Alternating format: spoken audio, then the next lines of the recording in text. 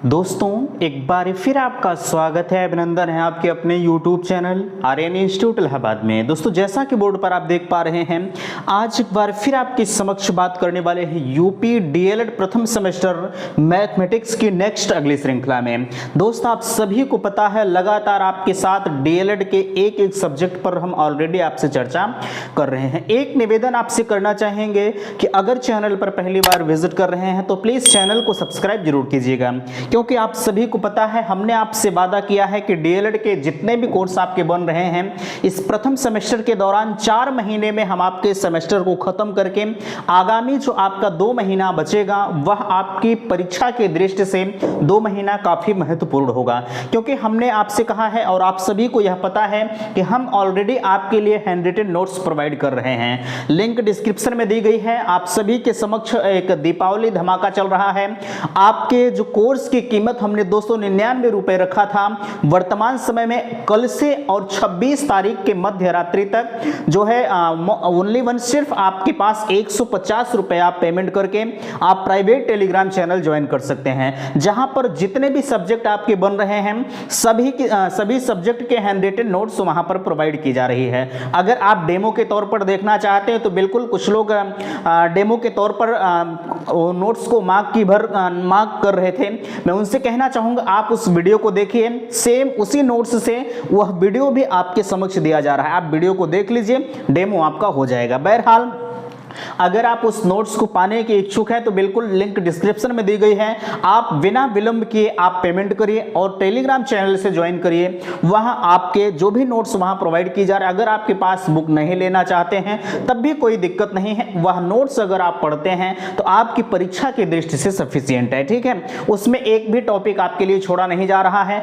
आप जो है 21 तारीख से 26 तारीख तक यह प्राइस आपका रखा गया है 150। उसके बाद आपकी प्राइस को इंक्रीज कर दिया जाएगा, जैसा कि जो पहले प्राइस आपका था सेम वही रख दिया जाएगा, ठीक है। सिर्फ और सिर्फ आप सभी के समक्ष यह आपके विशेष मार्ग पर किया गया है, ठीक है।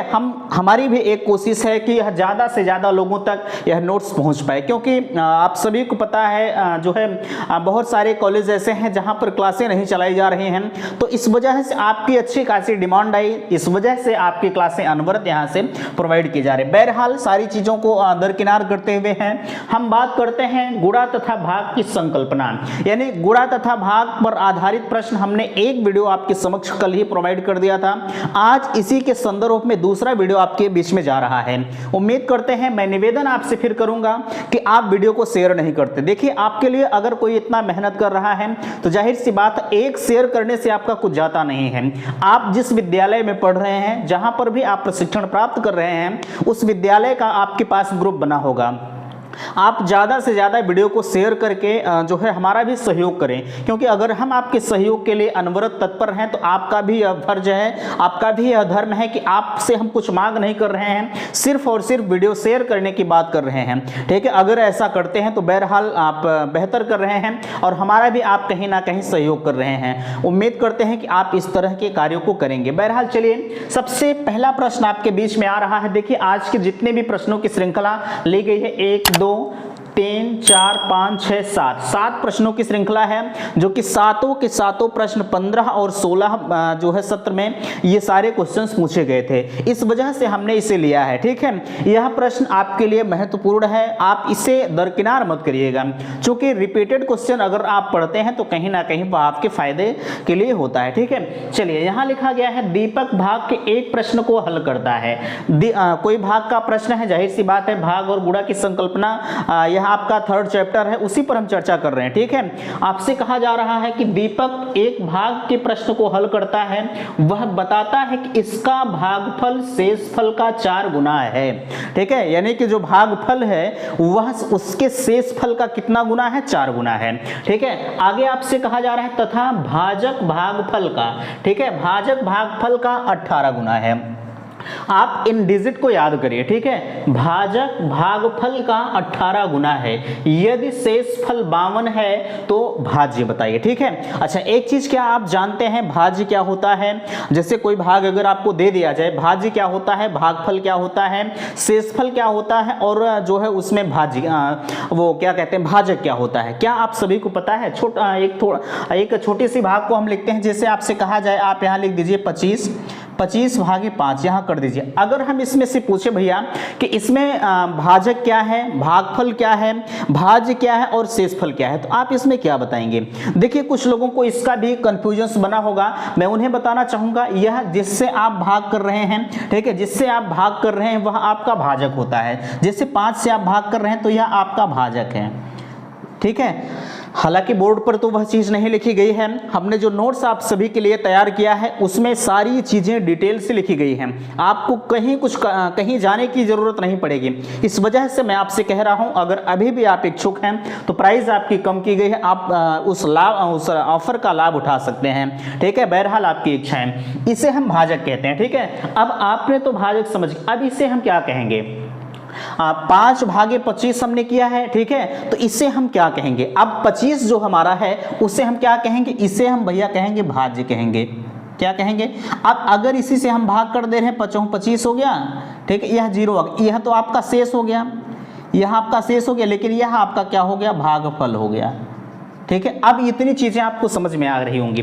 यह 5 आपका भाजक है, 25 आपका भाज्य है, ठीक है, और 5 आपका भागफल है, और 0 जो आपका निकल कर आ रहा है वह आपका शेष आ रहा है, ठीक है। इतनी बातें आपको समझ में आ रही होंगी। चलिए अब हम आते हैं अपने क्वेश्चंस पर, जो आपके बीच में क्वेश्चंस आ रहा है, इसमें आपसे पूछा जा रहा है क्वेश्चन, अगर आपको समझ में नहीं आ रहा है तो आप 2 से 3 बार पहले क्वेश्चंस को रिपीट करें, ठीक है। क्वेश्चंस को रिपीट करने के बाद आप सोचें समझें, उसके बाद क्वेश्चंस को हल करें, कहीं ना कहीं आप लास्ट उत्तर तक जरूर पहुंचेंगे, ठीक है। इसके लिए एक फार्मूला आपका होता है, अगर भाज्य ज्ञात करने की बात आपसे कही जा रही तो भाज्य बराबर होता है भागफल गुणे भाजक, उसके बाद प्लस आपका शेषफल होता है, ठीक है। आप फार्मूले को लिखेंगे, भाज्य बराबर भागफल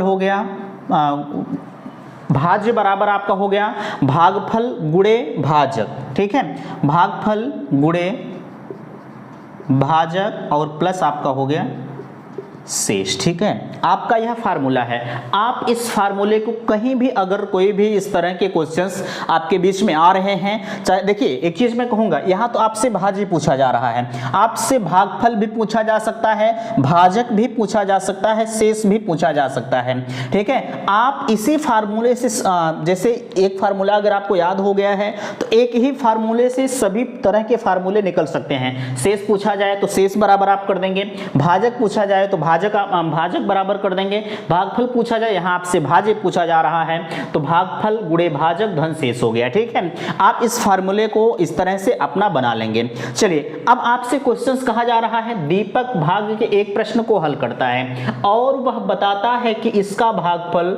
शेषफल का 4 गुना है, ठीक है, किसका? शेषफल का 4 गुना है। आगे आपसे कह रहा है तथा भाजक भागफल का 18 गुना है, यदि शेषफल 52 है तो भाज्य बताइए। अच्छा, यहां आपसे जो कह रहा है, आपके समक्ष जो है, जो अगर हम कहें आपसे, जो आपसे पूछा जा रहा है फार्मूला आप देख पा रहे हैं, ठीक है। चलिए देखिए थोड़ा सा क्वेश्चंस पर और आप ध्यान देंगे, इसमें आप एक किनारे लिखिएगा प्रश्नानुसार, ठीक है। आप जब तक प्रश्न पर बाकायदा ध्यान नहीं देंगे तब तक आप क्वेश्चंस के लास्ट सिरे तक नहीं पहुंच पाएंगे, ठीक है। यहां आप लिखेंगे प्रश्नानुसार, आप इसे लिखकर एक कॉलम में बंद करिए, ठीक है। प्रश्नानुसार लिखने के बाद आपसे कहा जा रहा है कि भागफल शेषफल का कितना गुना है? 4 गुना है। भागफल क्या है? देखिए यहां भागफल शेषफल का 4 गुना है। शेषफल आपका कितना दिया जा रहा है? 52 दिया जा रहा है, और कितना गुना दिया जा रहा है? 4 गुना। तो आप यहां कर लिख दीजिएगा, आप खुद लिखिएगा कि भागफल शेषफल का 4 गुना है, तो यहां आप कर दीजिए 52 गुणे 4 कर दीजिए। इतना आप करने के बाद 4 दूना 8 हो गया आपका, 4 पचे 20 हो गया, 208 आपका हो गया, ठीक है। अब नीचे फिर आइएगा, आपसे कहा जा रहा है, यह तो आपके प्रश्न के अनुसार है, यह हमने अलग से नहीं लिखा है, ठीक है। इस चीज को हमने अलग से नहीं लिखा है, ध्यान दीजिएगा, आपके प्रश्न में सारी चीजें दी गई हैं। फिर आगे कहा जा रहा है कि भाजक भागफल का कितना गुना है?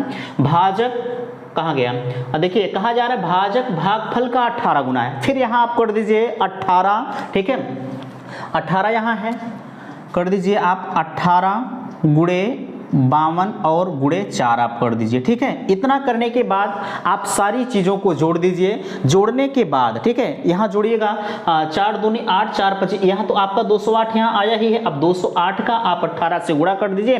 18 से गुणा करने के बाद आपका आ जाएगा 3744, ठीक है, 18, हाँ 18, ठीक है, 3744 आपका आ जाएगा। आपके पास 2 डिजिट निकल कर आ गई है। अब आप यही चीजें जो आपके बीच में आ रहा है, यह क्या आया है आपका, यह आपका भैया भाजक आया है, ठीक है, यह आपका भाजक आ गया। देखिए भाजक आ गया कि नहीं आ गया, बीच वाला भाजक आ गया। अब यही चीजें जो आपकी डिजिट निकल कर आ रही हैं, यही उस पर रख दीजिए जो आपका फार्मूला आपके बीच में लिखा गया है। आप कहां पहुंच जाएंगे, लास्ट सिरे तक पहुंच जाएंगे। जैसे 208, यह क्या 208 निकल कर आया है, 208 आपका निकल कर आया है भागफल, ठीक है। आप लिख दीजिए 208 आप लिख दीजिए, गुणे भाजक आपका निकल कर आ गया है कितना, 3744 आ गया है, 3744 आपका आ गया है। और यहाँ शेष कितना आपका है, शेष आपका 52 है, शेष आपका 52 हो गया, ठीक है। अब इन्हीं को आप जोड़ दीजिए, ठीक है।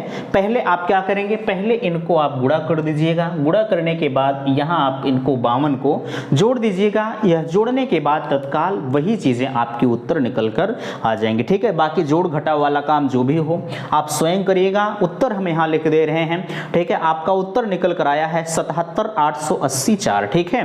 कितना, 77884। चूंकि समय आपका कीमती है, इस वजह से अभी कैलकुलेशन में कम से कम कुछ समय तो जाएगा ही। बहरहाल आप उतने समझदार हैं कि आप इसे कैलकुलेट करिएगा, ठीक है। कैलकुलेट करने के बाद आप स्वयं इसे हल करिएगा। चलिए आगे हम बात करते हैं अगला क्वेश्चन। अभी तक क्या आपको समझ में आया है कि नहीं आया है, प्लीज आप इसे कमेंट सेक्शन में मुझे जरूर बताइएगा, ठीक है। चलिए अगला क्वेश्चन आपके बीच में आ रहा है, यह भी बीटीसी 2015 का क्वेश्चन है, पूछा गया क्वेश्चन है। हमने कहा आपसे कि जितने भी क्वेश्चन यह बीच में आपके आ रहे हैं सारे क्वेश्चंस रिपीटेड हैं, ठीक है। चलिए आपसे पूछा जा रहा है, एक पेटी में 121 आम है, ठीक है। कोई पेटी है आपके पास, उसमें 121 आम है। राम के गोदाम में ऐसी 1275 पेटी हैं, तो बताइए कि गोदाम में कितनी पेटी हैं, ठीक है। यानी एक पेटी में 121 आम है ना, एक पेटी है उसमें 121 आम है। गोदाम में ऐसे ही पेटी कितनी है, 1275 पेटी है। तो कितने जो यहाँ पूछा जा रहा है, तो बताइए कितनी पेटी है, ठीक है। तो यहाँ सारी चीजें आपके बीच में है, जाहिर सी बात है, इसे आप गुणा कर दीजिए। 1275 गुणे 121 कर दीजिए, आपका उत्तर आ जाएगा 1275 और 121 आप कर दीजिएगा। यही आपका लास्ट जो आएगा, यहाँ आपका उत्तर निकल कर चला आएगा। हम हल नहीं कर रहे हैं, प्लीज आप इसे हल करिएगा। जो भी आपका उत्तर निकल कर आएगा, हल करने के बाद वही आपका लास्ट आंसर हो जाएगा, ठीक है। चलिए हाँ, कितनी पेटी नहीं, यहाँ आम होना चाहिए था, है ना। देखिए आम, चलिए आम हो गया। गोदाम में कितने आम हैं। अगला क्वेश्चन आपके बीच में आ रहा है, बोर्ड मास का है, अच्छा खासा सवाल है, इसे आप हल करने का प्रयास करिएगा। चलिए देखिए, कहा जा रहा है कि 4 बड़ा ब्रैकेट। देखिए एक चीज बोर्ड मास के नियम में आप समझिएगा, सबसे पहले जब भी आप बोर्ड मास का क्वेश्चन हल करिएगा, ठीक है, तो सबसे पहले आपका एक ध्यान होना चाहिए, हम किस ब्रैकेट को पहले हल करेंगे। पहला आपका हल होता है रेखा कोष्ठक, ठीक है। रेखा कोष्ठक का सिंबल इस तरह के होते हैं, आप जानते हैं, कभी कभी इसी तरह से ऊपर लगा के दे देता है, ठीक है। तो बहरहाल इसमें आपका नहीं दिया गया है। अगर रेखा कोष्ठक नहीं दिया गया है तो आप सबसे छोटे कोष्ठक को हल करेंगे, उसके बाद बड़े कोष्ठक को हल करेंगे, उसके बाद मझले कोष्ठक को हल करेंगे, ठीक है। यह मझला कोष्ठक आपका हो गया। इसी तरह से हल करते हुए आप लेके चले जाएंगे, ठीक है। छोटा कोष्ठक, बड़ा कोष्ठक, मझला कोष्ठक, हाँ ठीक है, इसी तरह से हल करेंगे। लेकिन अगर रेखा कोष्ठक आपके बीच में दिया गया है तो आपकी पहली प्रायोरिटी बनती है कि हम पहले रेखा कोष्ठक को ही हल करेंगे, ठीक है। चलिए रेखा कोष्ठक तो इसमें नहीं है, रेखा कोष्ठक अगर नहीं है तो बिल्कुल आप जो है सबसे छोटे कोष्ठक को हल करिएगा। अब इसमें छोटा कोष्ठक कहाँ है, आपके बीच में 4 - 2 दिया गया है, आप इसे लिख दीजिए 4।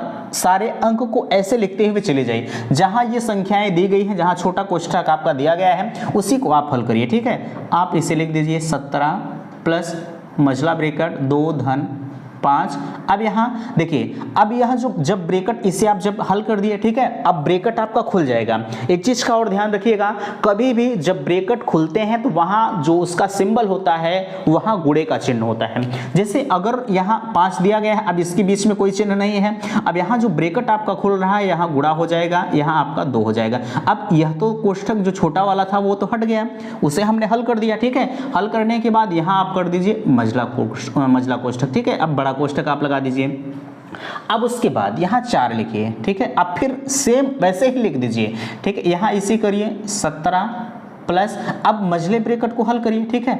मझले ब्रैकेट को हल करने के लिए हम किस प्रकार से अपनाएंगे, देखिए अगर मझले ब्रैकेट को आप हल कर रहे हैं तो 5 दूनी कितना हो गया, 5 दूनी 10 होगा और 10 दूनी 12 होगा, है ना, 10 दूनी 12 हो गया। अब यह तो मझला ब्रैकेट आपका खत्म हो गया। मझला ब्रैकेट अगर खत्म हो गया तो आप बड़े ब्रैकेट को हल कर दीजिए, ठीक है। बड़ा ब्रैकेट आप लगा दीजिए। आपने जैसे ही बड़ा ब्रैकेट लगाया आप इन दोनों को जोड़ दीजिए। 17 12 कितना हो गया, आप यहाँ कर दीजिए बराबर 4 गुणे। अब हमने कहा आपसे कि जब ब्रैकेट आपका खुलता है तो ब्रैकेट खुलने के बाद तत्काल वहां जो सिंबल आपका लगता है वह गुणे का चिन्ह लग जाता है, ठीक है। तो यहां आपने गुणा लगाया। जैसे यह ब्रैकेट जब हमने हल किया, जाहिर सी बात है हमने आपसे कहा है कि कभी भी आप जब भी हल करिएगा तो जो बाहर की संख्या है सबसे लास्ट में उसका नंबर आता है। पहले आप सीरियल वाइज ब्रैकेट को हल करते चलिएगा। भले ही अभी यहाँ एक ब्रैकेट छोटका और दिया होता तो पहले हम छोटके ब्रैकेट को हल करते, ठीक है। ऐसा नहीं कि हम एक ब्रैकेट को एक लाइन में हल करें, दूसरे के छोटके को हम एक लाइन में, नहीं, सीरियल वाइज हल करते हुए चले आइए, ठीक है। आप यहां देख पा रहे हैं 4 गुणे 17 12 29 हो गया, ठीक है। 17 12 आपका 29 हो गया। अब उसी को आप गुणा कर दीजिए, 4 गुणे 29 जब आप करेंगे